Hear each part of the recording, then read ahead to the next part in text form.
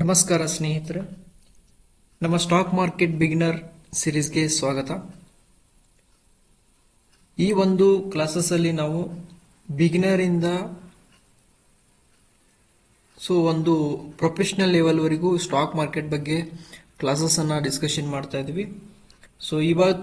ಇವತ್ತಿನ ಕ್ಲಾಸಸ್ ಅಲ್ಲಿ ಮೇನ್ ಆಗಿ ತಿಳ್ಕೊಳ್ಳೋದು ಏನಂತಂದ್ರೆ ಸ್ಟಾಕ್ ಮಾರ್ಕೆಟ್ ಅಂದ್ರೆ ಏನು, ಹೇಗೆ ವರ್ಕ್ ಆಗುತ್ತೆ, ಇದೆಲ್ಲ ನಾವೇನ್ ಮಾಡೋಣ ಫಸ್ಟ್ ಒಂದು ಕ್ಲಾಸಸ್ ಅಲ್ಲಿ ತಿಳ್ಕೊಳ್ಳೋಣ. ಓಕೆ, ಇವಾಗ ಸ್ಟಾಕ್ ಮಾರ್ಕೆಟ್ ಅಂದ್ರೆ ಏನು ಅಂತ ತಿಳ್ಕೊಳ್ಳೋಣ. ಸ್ಟಾಕ್ ಮಾರ್ಕೆಟ್ ಅಂದ್ರೆ ಕಂಪನಿಯ ಶೇರ್ಗಳನ್ನ ಖರೀದಿ ಮತ್ತು ಮಾರಾಟ ಮಾಡುವ ಒಂದು ಪ್ಲೇಸ್ಗೆ ನಾವೇನಂತ ಕರಿತೀವಿ, ಷೇರು ಮಾರುಕಟ್ಟೆ ಅಂತ ಕರಿತೀವಿ.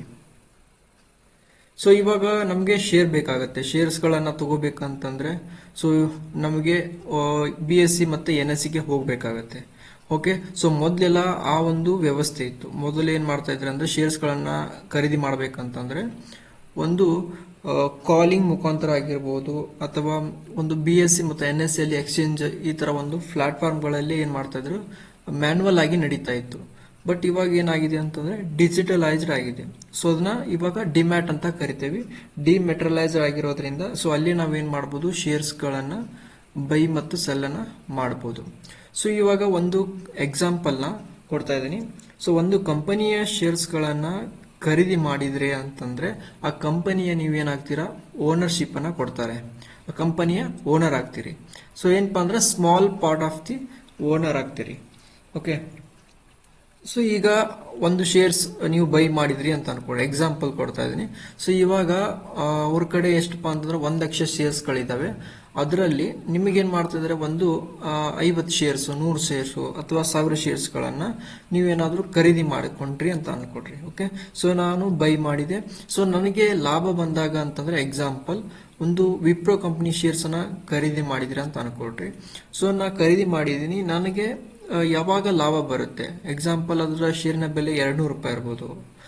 200 ರೂಪಾಯಿಗೆ ನಾ ಬೈ ಮಾಡಿರ್ತೀನಿ. ಯಾವಾಗ ನನಗೆ 200 ರೂಪಾಯಿಂದ 250 ಅಥವಾ 260 ರೂಪಾಯಿಗೆ ಮೂವ್ ಆಗುತ್ತಲ್ಲ ಶೇರಿನ ಬೆಲೆ, ಅವಾಗ ನಾವೇನ್ ಮಾಡ್ಬೋದು, ಆ ಲಾಭವನ್ನ ತಗೋಬಹುದು. ಏನಪ್ಪಾ, ಹೆಂಗೆ ನಮ್ಗೆ ಕಂಪನಿಗಳು ಲಾಭ ಕೊಡ್ತವೆ ಅಂತಂದ್ರೆ, ಆ ಕಂಪನಿಗಳು ಏನ್ ಮಾಡ್ತಾರೆ, ನಾವೇನು ಒಂದು ಇನ್ವೆಸ್ಟ್ಮೆಂಟ್ ಮಾಡಿರ್ತೀವಲ್ಲ ಕಂಪ್ನಿ ಮೇಲೆ, ಆ ದುಡ್ಡನ್ನ ಏನ್ ಮಾಡ್ತಾವ ಅಂದ್ರೆ ಅವರು ಬಿಸ್ನೆಸ್ಗೆ ಯೂಸ್ ಮಾಡ್ಕೊಳ್ತಾರೆ, ಬಿಸ್ನೆಸ್ ಅನ್ನ ಎಕ್ಸ್ಪಾನ್ಷನ್ ಮಾಡ್ತಾರೆ. ಅಲ್ಲಿ ನಮ್ಗೇನಾಗುತ್ತೆ, ಅವರು ದುಡಿದಿರುವಂತಹ ದುಡ್ಡು ಅಂದ್ರೆ ಆ ಬಿಸ್ನೆಸ್ ಅನ್ನ ರನ್ ಮಾಡಿ ಬಂದಿರುವಂತಹ ಒಂದು ರಿಟರ್ನ್ ನಮಗೇನ್ ಮಾಡ್ತಾರೆ ಅಂತಂದ್ರೆ ಒಂದು ಶೇರಿನ ಬೆಲೆಯ ಮೂಲಕ ನಮ್ಗೇನ್ ಮಾಡ್ತಾರೆ, ಲಾಭವನ್ನ ಕೊಡ್ತಾರೆ. ಇದಕ್ಕೆ ನಾವು ಏನಂತ ಕರಿತೀವಿ, ಸ್ಟಾಕ್ ಮಾರ್ಕೆಟ್ ಅಂತ ಕರಿತೀವಿ.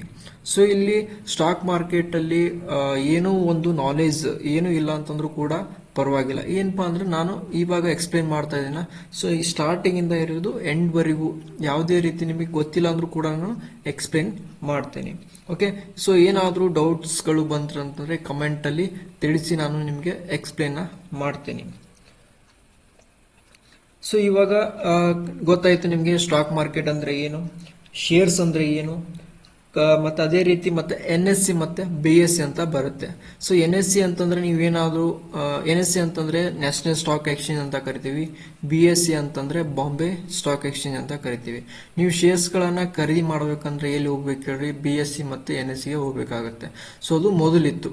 ಬಟ್ ಇವಾಗ ಡಿಮೆಟರಲೈಸ್ ಆಗಿರೋದ್ರಿಂದ ನಾವು ಮನೆಯಲ್ಲೇ ಕುಂತ್ಕೊಂಡು ಒಂದು ಬ್ರೋಕರ್ ಮುಖಾಂತರ ನಾವೇನ್ ಮಾಡ್ಬೋದು, ಶೇರ್ಸ್ ಗಳನ್ನ NSE ಮತ್ತೆ BSE ಅಲ್ಲಿ ಶೇರ್ಸ್ ಗಳನ್ನ ಖರೀದಿ ಮಾಡಬಹುದು.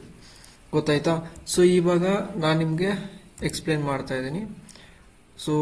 BSE ಅಂತಂದ್ರೆ ಬಾಂಬೆ ಸ್ಟಾಕ್ ಎಕ್ಸ್ಚೇಂಜ್. ಇದು ಯಾವಾಗ ಎಸ್ಟಾಬ್ಲಿಷ್ ಆಯ್ತು ಅಂತಂದ್ರೆ 1875 ಎಸ್ಟಾಬ್ಲಿಷ್ ಆಗುತ್ತೆ. ಇದು ಹೆಡ್ ಕ್ವಾರ್ಟರ್ ಬಂದ್ಬಿಟ್ಟು ಮುಂಬೈಯಲ್ಲಿದೆ. ಇದು ಓಲ್ಡೆಸ್ಟ್ ಸ್ಟಾಕ್ ಎಕ್ಸ್ಚೇಂಜ್ ಅಂತ ಕರಿತೀವಿ ಇದನ್ನ. ಒಂದು ಬಾಂಬೆ ಸ್ಟಾಕ್ ಎಕ್ಸ್ಚೇಂಜ್ ಅಲ್ಲಿ 5400 ಕಂಪನಿಗಳಿದಾವೆ. ಅದರಲ್ಲಿ BSE ಅಲ್ಲಿ ಒಂದು ಸೆನ್ಸೆಕ್ಸ್ ಅಂತ ಇಂಡೆಕ್ಸ್ ಬರುತ್ತೆ, ಅದರಲ್ಲಿ ಟಾಪ್ 30 ಕಂಪನಿಗಳನ್ನ ಸೆಲೆಕ್ಟ್ ಮಾಡ್ತಾರೆ. ಅದೇ ರೀತಿ NSE ಅಂತ ಇದೆ, ನ್ಯಾಷನಲ್ ಸ್ಟಾಕ್ ಎಕ್ಸ್ಚೇಂಜ್ ಅಂತ ಕರಿತೀವಿ. ಇದು ಎಸ್ಟಾಬ್ಲಿಷ್ ಆಗಿರೋದು 1992 ಅಲ್ಲಿ ಎಸ್ಟಾಬ್ಲಿಷ್ ಆಗುತ್ತೆ. ಇದರದ್ದು ಹೆಡ್ ಕ್ವಾರ್ಟರ್ ಮುಂಬೈಯಲ್ಲಿದೆ. ಇಂಡೆಕ್ಸ್ ಇದರಲ್ಲಿ ಒಂದು NSE ಒಳಗಡೆ ನಿಫ್ಟಿ 50 ಅಂತ ಇಂಡೆಕ್ಸ್ ಮಾಡ್ತಾರೆ. ಅದರಲ್ಲಿ 2000+ ಕಂಪನಿಗಳು ಲಿಸ್ಟೆಡ್ ಕಂಪನಿಗಳು ಇದಾವೆ. ಓಕೆ, ಇದು 1992 ಅಲ್ಲಿ ಬರುತ್ತೆ. ಸೊ ಅದೇ ರೀತಿ ಒಂದು ಬಿ ಎಸ್ ಸಿ ಮತ್ತೆ ಎನ್ ಎಸ್ ಸಿ ಅನ್ನ ಒಂದು ರೆಗ್ಯುಲೇಟ್ ಮಾಡ್ತಾ ಇರುವಂತ ಬಾಡಿ ಯಾವ್ದಂತಂದ್ರೆ ರೆಗ್ಯುಲೇಟರ್ ಬಾಡೀಸ್ ಯಾವ್ದಿದೆ ಅಂತಂದ್ರೆ ಸೆಬಿ ಇದೆ, ಅದೇ security exchange board of India ಅಂತ ಕರಿತೀವಿ. ಸೊ ಇದು ಒಂದು ಸೆಬಿ ಯಾಕೆ ಒಂದು ಇದೆ ಅಂತಂದ್ರೆ ಇಲ್ಲಿ ಬಿ ಎಸ್ ಸಿ ಮತ್ತೆ ಎನ್ ಎಸ್ ಸಿ ಅಲ್ಲಿ ಶೇರ್ಸ್ ಗಳನ್ನ ನಾವು ಬೈ ಮಾಡ್ತಾ ಇರ್ತೀವಿ, ಸೆಲ್ ಮಾಡ್ತಾ ಇರ್ತೀವಿ. ಅಲ್ಲಿ ಫ್ರಾಡುಲೆಂಟ್ ಆಕ್ಟಿವಿಟಿಯನ್ನ ಕಂಟ್ರೋಲ್ ಮಾಡೋ ಸಂಬಂಧ ಏನ್ ಮಾಡ್ತಾರೆ ಸೆಬಿಯದವ್ರು ಏನ್ ಮಾಡ್ತಾರೆ ಅಂದ್ರೆ ಆ ಒಂದು 1992 ಅಲ್ಲಿ ಬರ್ತಾರೆ. ಸೊ ಇವ್ರು ಏನ್ ಮಾಡ್ತಾರೆ, ಯಾವುದೇ ರೀತಿ ಒಂದು ಮೋಸ ಆಗದಂಗೆ ಏನ್ ಮಾಡ್ತಾರೆ, ಒಂದು ಕಂಟ್ರೋಲ್ ನ ಮಾಡ್ತಾ ಇರ್ತಾರೆ. ಸೊ ಇನ್ವೆಸ್ಟರ್ಸ್ ಒಂದು ಏನಪ್ಪ ಒಂದು ಇನ್ವೆಸ್ಟ್ಮೆಂಟ್ ಇರುತ್ತಂದ ಪ್ರೊಟೆಕ್ಟ್ ಮಾಡ್ತಾರೆ.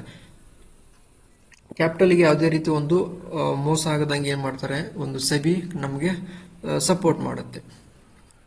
ಸೊ ಅದೇ ರೀತಿಯಲ್ಲಿ ನೀವು ಸ್ಟಾಕ್ ಮಾರ್ಕೆಟ್ ಅಂದ್ರೆ ಏನು, ಅದ್ರ ಜೊತೆಗೆ ಎನ್ ಎಸ್ ಸಿ ಅಂತಂದ್ರೆ, ಬಿ ಎಸ್ ಸಿ ಅಂತಂದ್ರೆ ಏನು, ಇದನ್ನ ಯಾರು ರೆಗ್ಯುಲೇಟ್ ಮಾಡ್ತಿದ್ದಾರೆ, ಇದೆಲ್ಲ ನಿಮಗೆ ಈ ಒಂದು ಕ್ಲಾಸಸ್ ಅಲ್ಲಿ ಗೊತ್ತಾಯ್ತು. ಸೊ ಅದೇ ರೀತಿ ನಾವು ನೆಕ್ಸ್ಟ್ ಕ್ಲಾಸಸ್ ಅಲ್ಲಿ ಕಾಮನ್ ಸ್ಟಾಕ್ಸ್ ಮತ್ತೆ ಪ್ರಿಫರ್ಡ್ ಸ್ಟಾಕ್ಸ್ ಬಗ್ಗೆ ಕಲಿತೀವಿ. ಸೊ ನೆಕ್ಸ್ಟ್ ಕ್ಲಾಸಸ್ ಅಲ್ಲಿ ನಾವು ತಿಳ್ಕೊಳ್ಳೋಣ ಏನಂತ.